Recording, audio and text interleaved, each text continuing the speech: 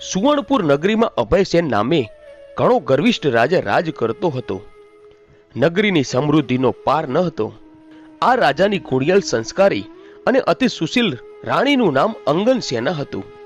રાણી ઘણી જ નમ્ર અને ધર્મિષ્ઠ હતી. એ ઘણીવાર રાજાને અહંકાર ન કરવા સમજાવતી, પણ રાજા એની વાત કદી ન સાંભળતો.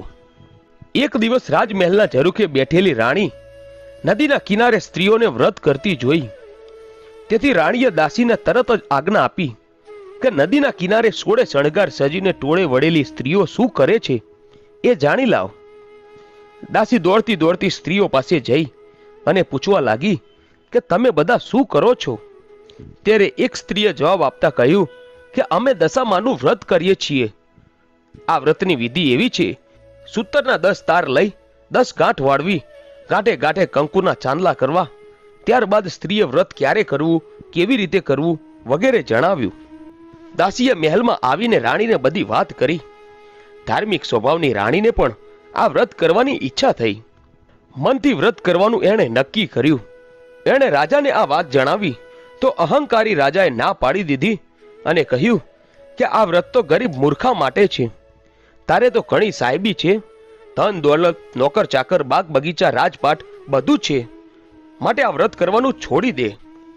રાજાના અભિમાન ભર્યા વચન સાંભળી રાણીનું દિલ દુખાયું. એ જાણતી હતી કે ગમે તેવી સમજાવટ છતાં અભિમાની રાજા એકનો બે નથી થવાનો. રાજાએ અહંકાર, ગર્વ અને અભિમાનમાં ચકના ચૂર થઈને દશામાના વ્રતનું અપમાન કર્યું. તેથી દશામાના ક્રોધનો પાર ન રહ્યો. માએ રાજાના સપનામાં આવીને એક જ શબ્દ કહ્યો, પડું છું, પડું છું. પછી તો બીજે દિવસે પડોશી રાજા લશ્કર સાથે ચડાઈ કરવા આવ્યો. આવા અણધાર્યા હુમલાથી રાજા અભયસિંહ ગભરાયો. જીવ બચાવવા માટે રાણી અને બંને કુંવરોને લઈને જંગલના રસ્તે ભાગ્યો. રાણી અંગસેના આ મનમાં સમજે છે કે પોતાના પતિના કરેલા દશામાના વ્રતના અપમાનની જ આ દશા પ્રાપ્ત થઈ છે. પછી તો ઘોર જંગલમાં રાજા રાણી ઉગાડા પગે ચાલ્યા જાય છે. પગમાં કાંટા કાકરા વાગે છે. દુઃખ અને થાકનો પાર નથી. એવામાં કુંવરોને તરસ લાગે છે. એટલામાં એક વાવ આવી. રાજા પાણી લેવા વાવમાં ઉતર્યા તો દશામાએ અદ્રશ્ય રહીને બંને કુંવરોને ખેંચી લીધા. કુંવરોને અદ્રશ્ય થઈ ગયેલા જોઈ રાણી વિલાપ કરવા લાગી. રાજા પણ મનમાં સમજી ગયો કે નક્કી આ દશામાનો કોપ છે. એ રાણીને આશ્વાસન આપતા સમજાવે છે કે જેણે આપ્યા એણે લઈ લીધા, હવે એ જ આપશે. રુદન કરતી રાણીને સમજાવતો રાજા આગળ ચાલ્યો.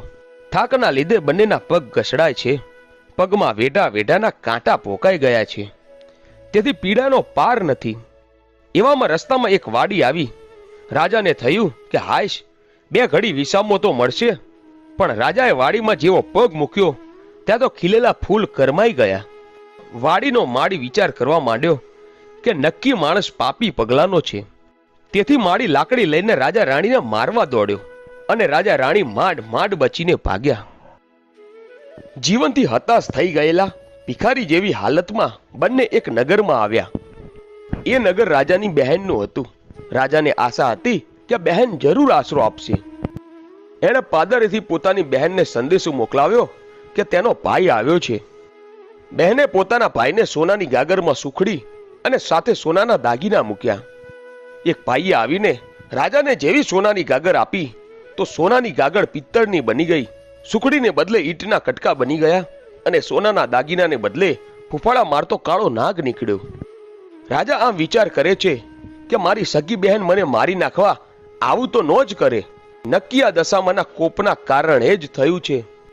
આવો વિચાર કરી રાજાએ ગાગર ત્યાં નીચે જમીનમાં દાટી દીધી અને રાણીને લઈને આગળ ચાલ્યો. ચાલતા ચાલતા એક નદી આવી. નદીના કાંઠે ચીભડાના વાડા છે. રાજા ચીભડાના વાડામાં જઈને બે હાથ જોડીને વાડાના માલિકને કગરવા લાગ્યો, એ ભાઈ, 7 દિવસના ભૂખ્યા છીએ, દયા કરીને એક ચીભડું આપ. ખેડૂતને દયા આવી એક ચીભડું આપ્યું. રાજાએ નક્કી કર્યું કે આગળ જઈને થોડોક વિશ્રામ કરું, પછી ચીભડું ખાવું. પણ એ જ વખતે બન્યું એવું કે એક ગામમાં રાજાનો કુંવર પહેલા દિવસે રિસાઈને ભાગી ગયો હતો. સિપાહીઓ રાજાના કુંવરને શોધવા નીકળ્યા હતા. દશામાના કોપના કારણે રાજાના હાથમાં જે ચીપડું હતું એ કુંવરનું માથું બની ગયેલું. આ માથા ઉપર સિપાહીઓની નજર પડતા સિપાહીઓએ દોડીને રાજા અભયસેનને પકડી લીધો. દોરડાથી બાંધીને લાતો મારતા નગરમાં લઈ ગયા. નગરના રાજાને બધી વાત કરી. રાજાએ પોતાના કુંવરની હત્યા બદલ અભયસેનને કાળી કોટડીનો હુકમ આપી બંદીખાનામાં નાખી દીધો. આમ રાજા વગર વાંકે કેદ થયો. તેથી રાણી અંગન સેના પર દુઃખનો તો પહાડ તૂટી પડ્યો. એ રોજ જંગલમાં જતી, લાકડાનો પારો લાવતી અને એ વેચીને જે પૈસા મળે એમાંથી પોતાના પેટનો ખાડો પૂરતી. પછી તો આમ દિવસો પર દિવસો વીતવા લાગ્યા. અષાઢ મહિનો આવ્યો. અંગન સેના અષાઢ મહિનાની અમાસના દિવસે એટલે કે દિવાસાના દિવસે દશામાનું વ્રત શરૂ કર્યું. દશામાના વ્રતના 10 દિવસ સુધી નકોરડા ઉપવાસ કર્યા અને માની ભક્તિ કરી. રાણી અંગન સેનાની અપાર ભક્તિ જોઈ દશામાનો કોપ શમી ગયો. પછી તો માએ રાણીને આશીર્વાદ આપતા કહ્યું કે જા, કાલે તારો પતિ પાછો આવી જશે.